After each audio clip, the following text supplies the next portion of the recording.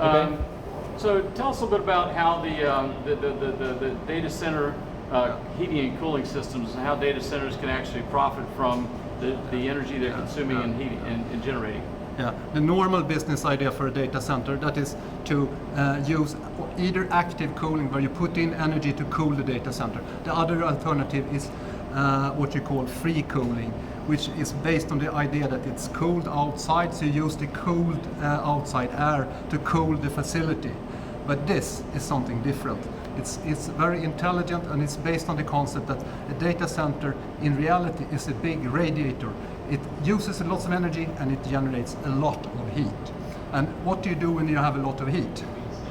Do you put it inside or outside when you try to warm buildings? This is where the utility company Ampere comes in, because for the first time in the history, I would say, a utility company and a data center company have become nice friends, because we have found a business model together that is good both for the utility company and for the data center industry as a whole, and it's also good for the environment. Yes, I work for Fortum Värme, and we have one of the largest district heating grids in the world, where we produce hot water and also cold water, but mainly hot water, to produce it all over Stockholm, to warm up apartments all over Stockholm, tens and hundreds of thousands. And we produce our own heat. And now, at the same time, the market development is very rapid. And what we know now is that the electricity consumption from data centers equals the electricity consumption of the UK, 340 terawatt hours of energy every year, just to produce electricity to the data centers. And all of that electricity turns into heat. And normally, the data centers just let it out in the atmosphere. That excess heat, the waste heat.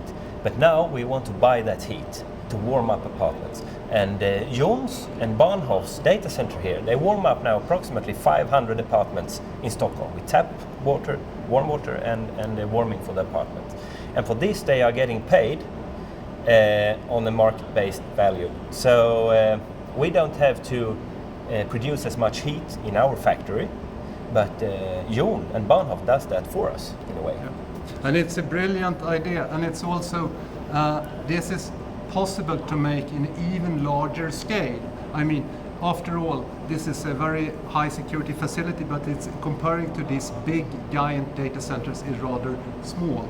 If you take Facebook in far north of Sweden, which generates about 120 megawatts of energy, if you had put the same facility here, so it will make the whole model change. So what we are doing now is to investigate if it's possible to build and explore, to build great and hub for big data centers, which we will use the energy twice. And that will change, I think, the model for the whole business. So what we're actually doing is recycling the heat.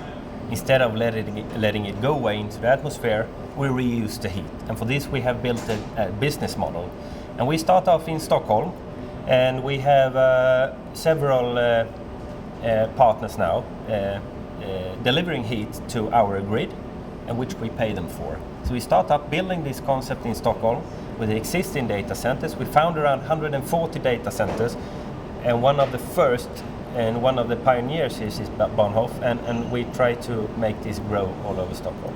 And in the future, we hope also to attract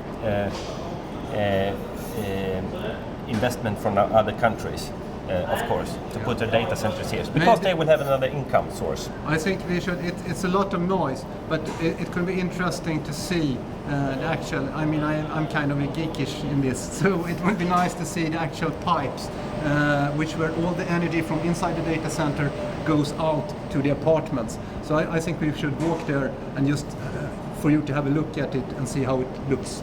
And maybe you could hold up your bill to me, where I buy your heat. Yeah, but we need each other. It's a typical win-win situation when two businesses meet. So we create a new marketplace for waste heat in Stockholm, and we hope to make this model something that works all around the world. If you had asked me 5 years ago, would I be a really good friend of a utility company? I would say, well, maybe not. I mean, they are providing the bills for us, but now we provide the bills, well, on those terms, so it works. And yes, but it's for real. We really want to be a next generation energy company, and this is one major step in that direction. Thank you. Thank you.